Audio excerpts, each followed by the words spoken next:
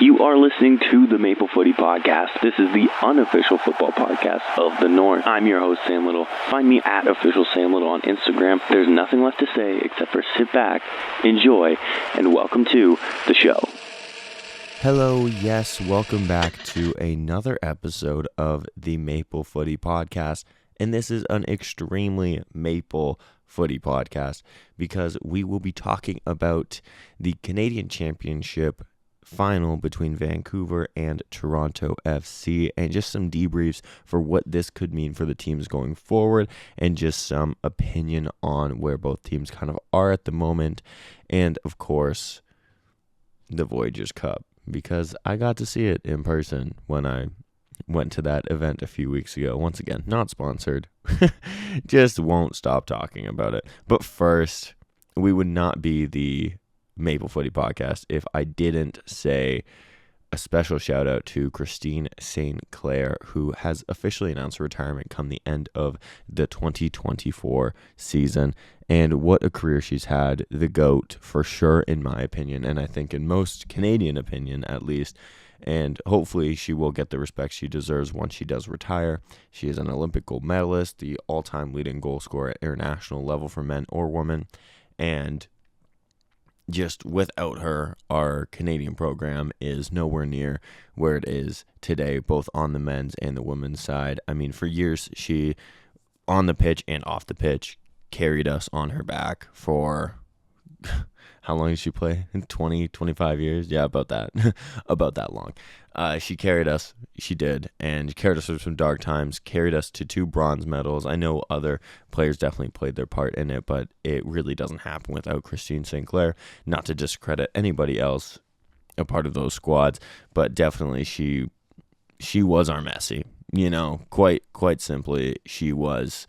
Yes, Messi played with some great players that definitely helped him, as did Christine St. Clair, but definitely the star of the team and the person that put us on her back whenever we needed it. So just a quick, I guess not so quick at this point now, a quick shout out to her. And yeah, just so glad she ended up getting that gold medal in Tokyo back in 2021 for the 2020 edition of the Olympics. Shout out COVID. But yeah, you know, just a great player, and one of my favorite moments from Christine St. Clair is actually probably one of the more recent Christine St. Clair moments where her and a fellow Canadian soccer legend, Sophie Schmidt, were both playing their last games internationally for Canada, and all the players during the warm-ups were wearing number 12 for Christine St. Clair on their backs before the game, and not Christine though. She was wearing 13 for Sophie Schmidt.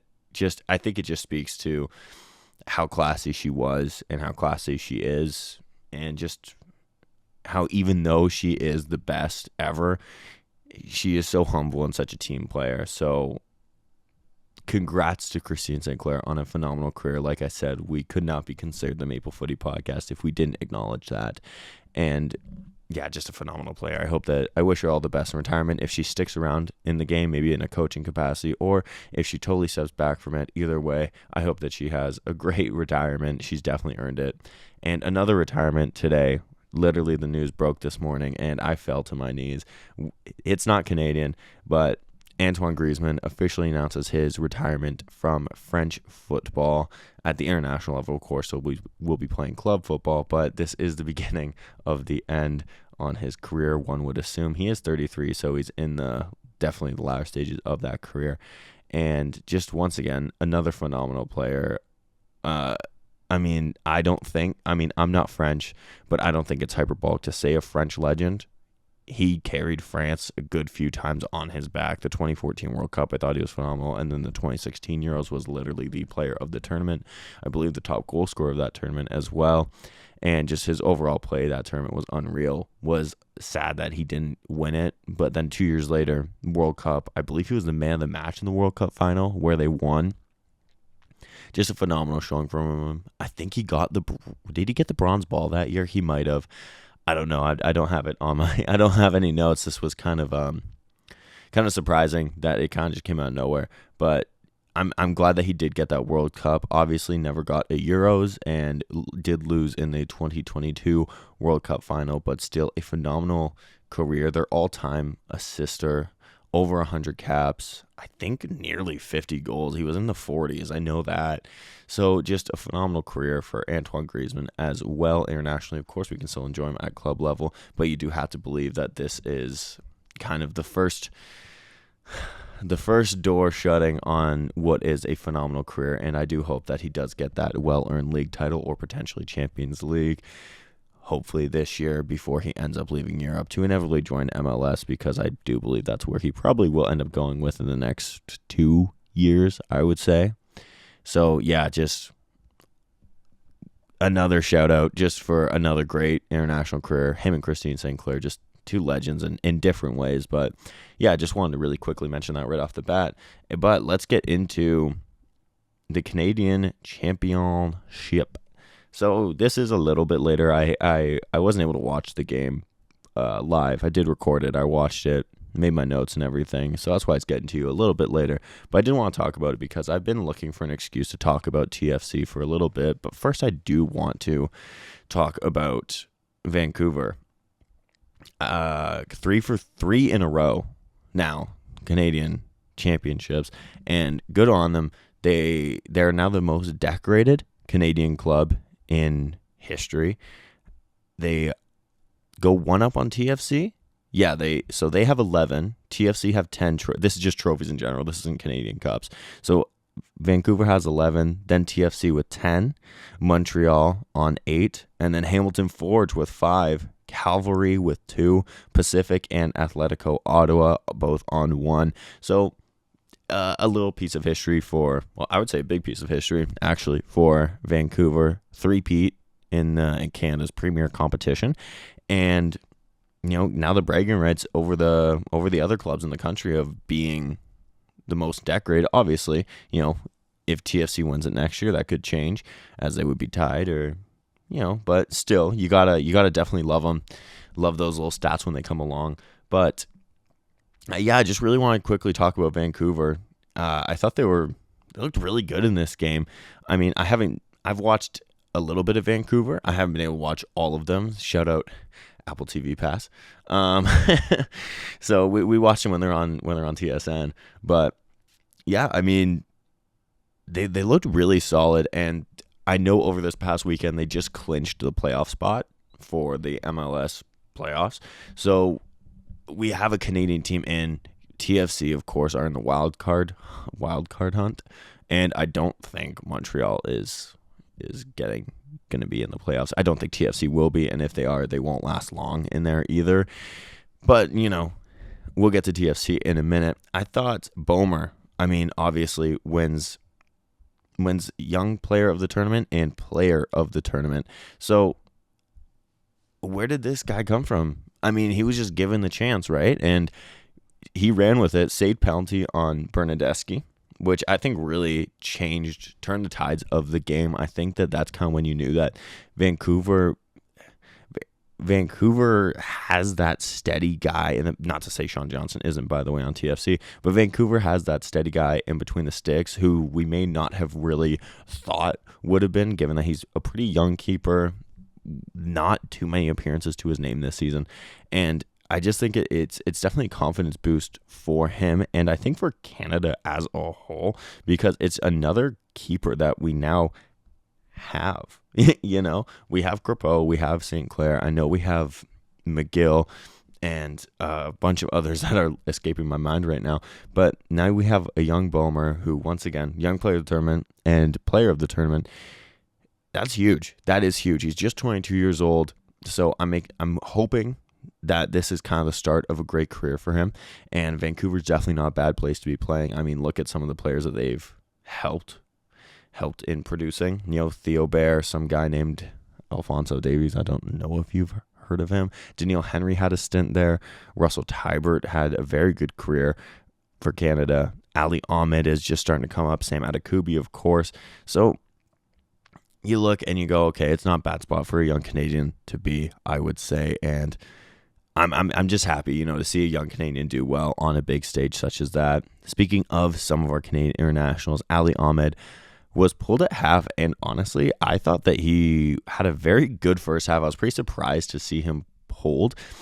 I thought he really dealt well with guys like Insigne, Larea, Bernardeschi, and he kind of got forward a good few times. But, manager sees differently. They bring on Raposo, who, once again, another Canadian. So, we can't really complain, right? I thought Raposo was good when he did come on as well, too. So, I just thought it was pretty surprising to see Ali Ahmed's number at half go up. I really thought that he had done enough to kind of warrant coming back out for the second. But, who am I to say? I thought Adekubi was really good. He played in more of a right wing back role, especially in that first half. I know he kind of was interchanging a little bit, but definitely playing not his typical left back role. And it was quite good. I thought he had some of his international teammates on toast a good few times, Larea, and I thought once again breezed past guys like Insigne, Petretta, Long, O'Neill a good few times really well. So I just love watching Adekubi. I think he's one of our more underrated players, so I'm very glad that he kind of got a time to shine and gets a trophy too. And Vite, the Ecuadorian midfielder, I thought he was phenomenal. Like, if it wasn't for Bomer, I would say that Vite would have been the man of the match. I thought he was everywhere on the pitch. I think he really dictated play well, broke up play, tried to progress the ball forward a lot. I just thought he was class in the middle of the park, especially for a 22-year-old too, to kind of run the game like such a general. I thought it was very impressive to see. And then you go to the front three of the Whitecaps, and I thought they kind of also really highly. I know it ended 0-0, but they really did make it interesting for TFC. Fafa, I don't know if I'm saying his name right, I'm sorry, but Fafa, I thought he was very good. He was really drawing in TFC players, really creating space for his other teammates. He was willing to kind of sacrifice his body for the good of the team, as dramatic as that sounds. But I thought it was a very good performance from him. Wasn't scared to carry the ball, wasn't scared to get fouled, to really draw that pressure in, which is exactly what you want to see from one of your wingers who didn't score but still left his impact on the game. Then you look on the right, and I mean, Ryan Gold, I've never really spoken about him on the Maple Footy podcast, but the Scottish winger, he was great. Like, he is the best thing to happen to Vancouver in 5 years? When did he sign for them? In 2021. So at least 4 years. He's the best thing that's happened to him in that time. I think he is phenomenal. Well, sorry, third to fourth best, because Vancouver did get Adekubi, Ali Ahmed came on the scene, and Junior Hoylett. That's not Canadian bias at all, by the way. That's just how I feel. No, I'm kidding. He's one of the best things that happened to Vancouver in all seriousness. And just a proper captain's performance. Once again, kind of like Fafa, he was willing to kind of take guys on, kind of create space, but you always know with Gauld that there is a chance that something's going to happen, whether it's a goal, whether it's an assist, build up play, create a chance, something. He is that creative spark in the Whitecaps team, and you've seen it time and time again. He is just that good. Obviously, I know, once again, 0-0, so it didn't happen on this night, but he definitely did trouble TFC a lot. He did convert his penalty with just such composure, too. He just right up the middle, just easy, calm as you like, and that's just a proper player, and we love to see it. We love seeing guys like that playing for a Canadian team in the MLS and doing really well. I mean, he is 28 too, so in the prime of his career, just got a call up for the Scottish national team in the most recent window. So it's good to see that his hard work is paying off. And I know that there was kind of rumors, I don't know if there was any weight to them, that before that call up, Canada was kind of looking at him as a dual citizen. Obviously, that's sadly not going to happen. I think it would be great if it did, but that's not going to happen. So once again, I don't know if that was just pure rumors that I just saw on the Twitter sphere, or if it was genuine, some weight to them. But once again, it's not going to happen now. But definitely a great player to have in the Canadian game, although he's not going to be in the Canadian national team, if that makes sense. Through the middle was Brian White, who I think, once again, 0-0, but he did have a very good game, was causing a lot of problems for the TFC back line. I know White was just rewarded with a United States call-up in, was it this window that just passed? I think it might have been. Regardless, he's just been rewarded with a United States call-up. He is American, so no Canadians. We won't be seeing him in our national team setup either, but that's okay. We do have Jonathan David and Kyle Larin, Tani Oluwaseyi, Theo Bear. I think we're okay, is my point. But all jokes aside, I do think he had a very good game. He's not just kind of a box striker. He's willing to go back, do the dirty work, kind of do the defensive stuff, drop back, make a play kind of thing. So you do like to see that. Converted his penalty as well. I mean, I don't think there was ever much doubt that he would. He kind of stepped up and he looked rather confident. So it's just good to see another Canadian team kind of on the up, kind of really doing well, secured playoffs, and now with this three-peat in the back pocket, and obviously most recently this recent one, you hope that kind of gives them some confidence to go into the playoffs, holding their heads high, feeling like, maybe they can win it. I know it is going to be a pretty hefty task with teams like, obviously Miami's going to be there, LA's, so it won't be easy, but you do hope that maybe that this is some confidence that they can push forward with. Well, we get to TFC. I have not talked about TFC outside of talking about Lorea or Oso on the pod, but it is now time to lay into TFC because I think a lot of people feel the same way about TFC right now. I think they're embarrassing. I do. I really do. I think that they're quite embarrassing. And another embarrassing bit I thought was, I don't know which commentator had said it. I thought it was kind of disrespectful a little bit, but he had said that TFC had an easy route to the final, implying that, Forge were an easy opponent. Now, yes, should TFC beat Forge? Yeah, but this is also a Forge team that beat TFC and only went out on on away goals, the away goal rule. And that Forge team also beat Montreal Impact. So I didn't particularly like that comment. And it's not the only comment I'll be bringing up about Forge in the next little bit. Where to begin? I think we're going to begin with TFC and their attitude throughout this competition. I think it's reeked, quite frankly, from certain members. A lot of the classy guys have kind of kept their mouths shut. I'm looking at you, Oso, Lorea, Johnson, Long, Petretta, Bernadeschi, Kerr, Longstaff. These guys, and if I didn't mention guys that haven't really opened their mouth, I do apologize.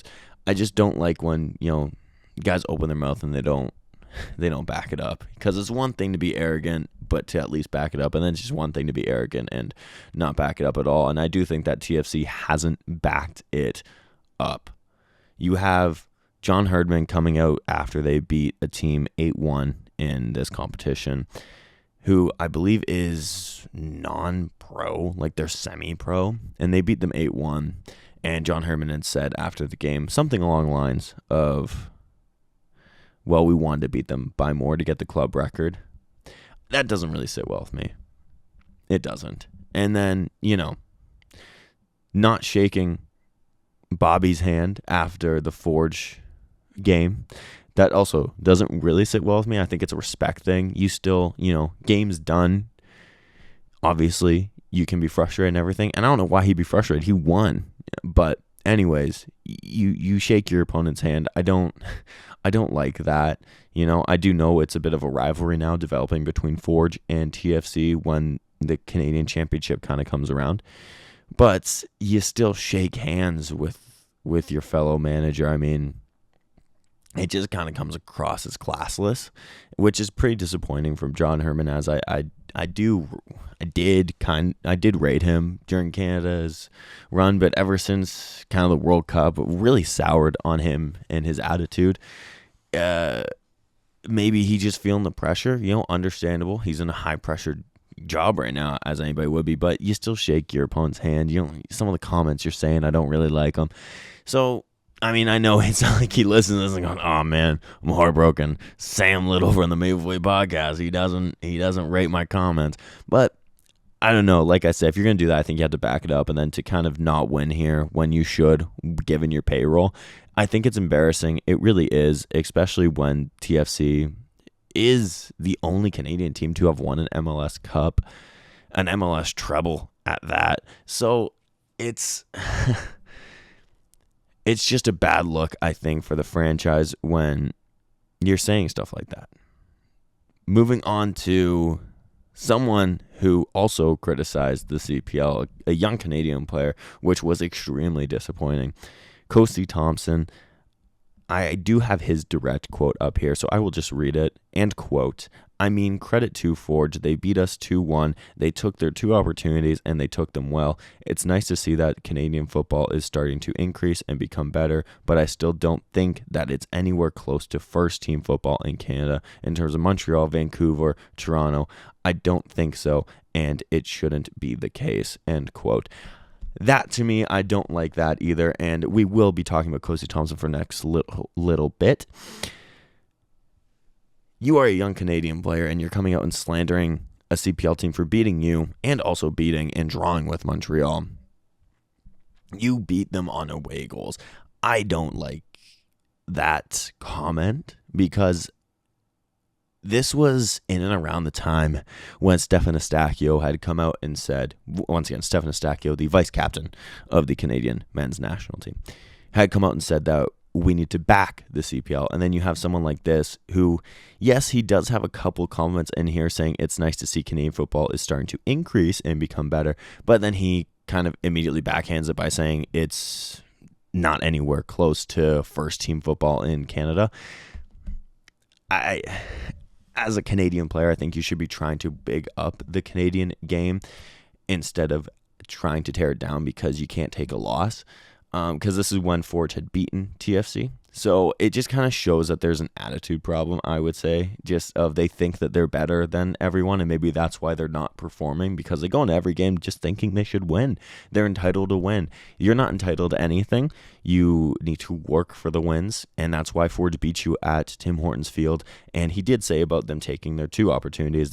I was at the game. They had many opportunities, Forge. They hit the post twice. So, there was more than 2 opportunities. You make it seem like it wasn't. Anyways, I'm getting a little bit sidetracked here. Safe to say, when you kind of open your mouth, you need to back it up. Kosi Thompson had the opportunity to put a penalty away. Now, I don't tend to really rag on guys for missing penalties. I won't rag on Matty Longstaff for missing his penalty. This was the opportunity for you to back it up and show that TFC is that team, and you missed your penalty. It just seems to be a little bit of an attitude problem with TFC, because the next guy I'm going to talk about seems to have the worst attitude of them all, and obviously all well for Kosi Thompson. He is doing well at TFC, and I hope that his career continues to prosper, maybe becomes a TFC regular, or a move somewhere where he can succeed as well. I just don't like seeing stuff like that is all. When our vice captain of the Canadian national team is coming out and trying to big up the CPL, then you have someone who comes out and tries to rag on it. I just don't particularly like that. And then, like I said, you have your opportunity to kind of show that, put your money where your mouth is, and he doesn't. So I don't particularly like that. But obviously he is Canadian. We do back him. Just, maybe back the CPL too. That's just kind of how I feel about it. I do rate Kosi Thompson as a player. Like I said, I just don't really like that. But looking at the Italian stallion, Lorenzo Insigne, what can be said about this guy that hasn't already been said? I mean, for starters, he is 100% the biggest flop in MLS history. I think that there's no ifs, ands, or buts about that. You can name whoever you want. I will name the $15 million check that he cashes at the end of every year. And his return on that is absolutely nothing. He hasn't even gotten TFC this Canadian championship as Vancouver has a stranglehold on it at the moment. He hasn't even seen playoff football with TFC. Got Bob Bradley fired, whether that was right or wrong. I will not, whether it was right or wrong. Insigne did get him gone. He didn't want to play for Bob Bradley. Okay, so we bring in John Herman, and now Insigne just goes out every game during the 60th minute because he may feel a touch of cramp or may feel an injury. And I think it's embarrassing as someone who's watched TFC for the better part of 10 years, this is the worst I've seen them. And I know that they were bad before the golden years, worst team in the world and all that stuff. This is the worst I have seen them, solely because of the price they're paying for this guy. His attitude reeks. I mean, last year he was sitting in the stands of BMO Field, yelling at fans, yelling at supporters. He actively gets subbed out every game at the hour mark. I mean, this is a championship final. Regardless of what you think about the Canadian Championship, this is a trophy, and it is the biggest trophy I think that you can probably win in Canada, up there with, I would say, the North Star Cup, depending on how you kind of want to look at it. Yes, I will continue the CPL bias, but you kind of you look and you go, this is one of the games you're brought in to win. This is one of the reasons you're here, is to win trophies. This is a trophy. I know he was brought in to win the MLS Cup, but he's brought in to win trophies nonetheless, and he's failed to deliver on that. He's really failed to perform at any high level at all. He doesn't seem to care. I mean, just this past weekend after this game, he had the game on his foot against, was it Chicago they played? And he decides to pass the ball to a man that's marked by like 4 guys when Lorenzo Insigne was wide open in space with the ball at his foot. Not even 10 yards from the goal. It just shows I don't think he cares about the culture. You can put out any of your the journalists and whoever. I don't really think anybody does anymore, but everyone could put out their tweets about he loves playing in Toronto. He obviously doesn't. If I was TFC, I would terminate his contract, do something to get him out of the club, use his money to bring in a real DP, not this waste of time and just waste of money. He's nothing but a flop, a glorified prima donna who bought into his own hype, that thinks he's better than he ever was, even in his prime. He had a good Euros. He did have a good career, but he's nowhere near as good as he thinks he is. He's actively destroying this TFC side. He's wasting what could have been a great $15 million to spend on literally anybody or anything else, and just get him out of the club. He's embarrassing. He's embarrassing this club. He's embarrassing what guys like Osorio, Lorea, and Michael Bradley, Jose Altidore, and of course Sebastian Giovinco, Marky Delgado, Justin Morrow, Stephen Badershaw, Will Johnson, Victor Vasquez, what these guys tried to build to make TFC credible. This guy came in, took a big check, and has done absolutely nothing since coming back. Well, not coming back, since coming in. He's at least Bernardeschi. If you say that you're not pleased with Bernardeschi's play, which I don't know why you wouldn't be. I think he actually has been a pretty good signing. Obviously, he has off games here and there. Everyone does.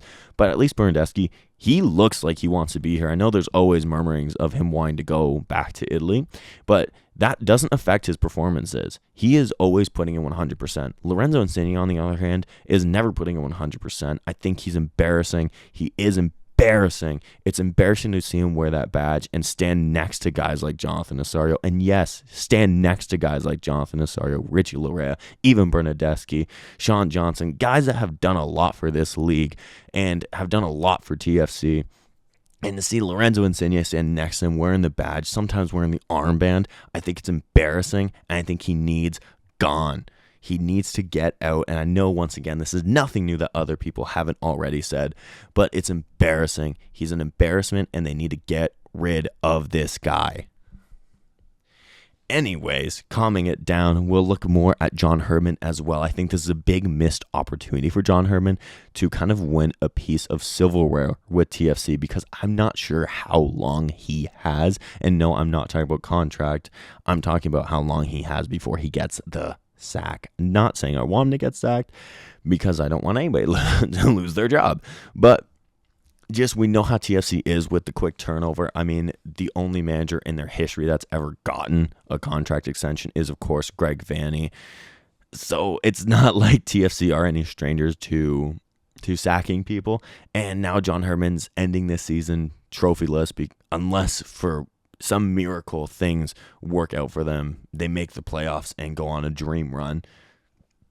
Which, I mean, hey, anything's possible. We all love sport. We've all seen a lot stranger happen. But I would say it's pretty safe to say it'll be a trophyless season in his first year, once again, with such a high salary in this team and the talent they have. You would think that maybe they would be doing a little bit better, especially in this competition where they'd be one of the favorites. Obviously, the 3 MLS clubs will always be the favorites.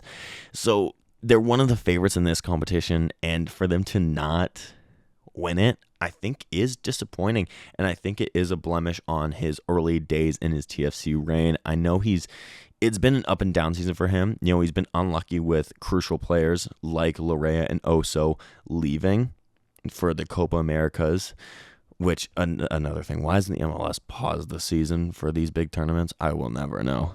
But regardless, he has been unlucky, because you see how much better the TFC plays with Oso and Larea, and then, you know, without them. Obviously, he has the waste of money, Insigne just kind of doing whatever he wants, and then you have Bernadeschi, who's at least trying. Then you have a bunch of young talent that is extremely raw. So there is an extreme mismatch and balance in the team. So to get a trophy here, I think would have been massive for him, and would maybe help take him, maybe give him some more time. I'm not saying he's gonna be sacked, but I'm saying it wouldn't surprise me if at the end of the season we do see TFC part ways with him. It wouldn't surprise me, and like I said, a trophy may have helped his case, but since that's not there, we'll have to wait and see. I'm not saying I want him gone. I do like John Herdman. I haven't liked some of the things he's said and done, but I do like him. I do respect him. I love what he's done for Canada. But yeah, I think this could be a very tough pill to swallow for TFC to have not won this one, and it could just be a little bit of a hit for him and the club. I will be curious to see how they kind of progress, because they are very interesting to follow, because you never know what's going to happen. You don't know if the manager's got another 4 years, or you don't know if they got another 4 days. You know, Insigne in of itself is an entire case study. Then you got guys like Bernadeschi, who may want to stay, may want to go. We don't know. And then, of course, you know, Canadian footballing legend Jonathan Osorio and Richie Larea, you know, would probably, they're getting into the latter. Definitely Oso for sure is getting the latter stages of his career. So he'll wanna be getting these trophies, especially as the captain. So it's very interesting to see what they're gonna do, how the rest of their season is gonna pan out. I'll be extremely interested to see what happens. And one final thing before we kind of bid Canada a farewell. We're not bidding Canada a farewell, just the Canadian Championship a farewell. That appearance for Jonathan Osorio was his 32nd in the Canadian Championship, which is the most now for a player, tied with Russell Tybert of Vancouver, who has, of course, retired. But it is great to see a Canadian getting these big games, big moments. I know they did. We're on the losing end of it. But it's good to see a Canadian getting to, it's 32 games. That's a lot in a cup competition where they play like 4 games each year if you make it to the final. So definitely congratulations to him. He obviously, everybody knows on here how much I love Jonathan Osorio, so it's great to see that. And yeah, it was, of course, a big night for Canadian football, and there will be hopefully many more of those to come for the rest of the season and in the near future, whether it is a Canadian team like Vancouver winning the MLS Cup, or maybe a Canadian player winning the MLS Cup, or the CPL is obviously coming into the latter stages of its season, and then obviously playoffs. So some big nights ahead for the rest of the year for Canadian football. Of course, some friendlies as well on the international level, and we'll be covering as much of it as we can because we love talking about Canadian football. And other than that, guys, keep an eye out for my Prem recap for this weekend, the weekend that just passed, of course. We will still be recapping this. This was, we can call it a bonus episode. We'll call it a bonus episode, episode 29, the bonus episode. And thank you for listening. I do hope that you enjoyed my little coverage of this, and hopefully that it was coherent. At least I know I kind of ranted a little bit, probably a little bit biased, like I said, towards the CPL. I just want to see that league do well. And obviously, absolutely no hate to guys like Kosi Thompson or John Herdman. I do rate them both and wish them all the best for their TFC careers and hope that TFC can get into that playoff spot and prove me wrong. I really hope they prove me wrong. So but you know the drill. Follow me at official Sam Little everywhere except for Twitter. We're at _S Little or something like that. I don't even know. But yeah, follow me everywhere. Keep watching Canadian football. Keep watching football in general. And until the next time, which will be very soon, considering that this is a bonus episode. But until next time, thank you and cheers, everyone. And that was your Maple Footy Podcast. Thank you so much for listening. Check my socials for any and all future updates at official Sam Little on Instagram, where I am most active. And until next time, live, laugh, little.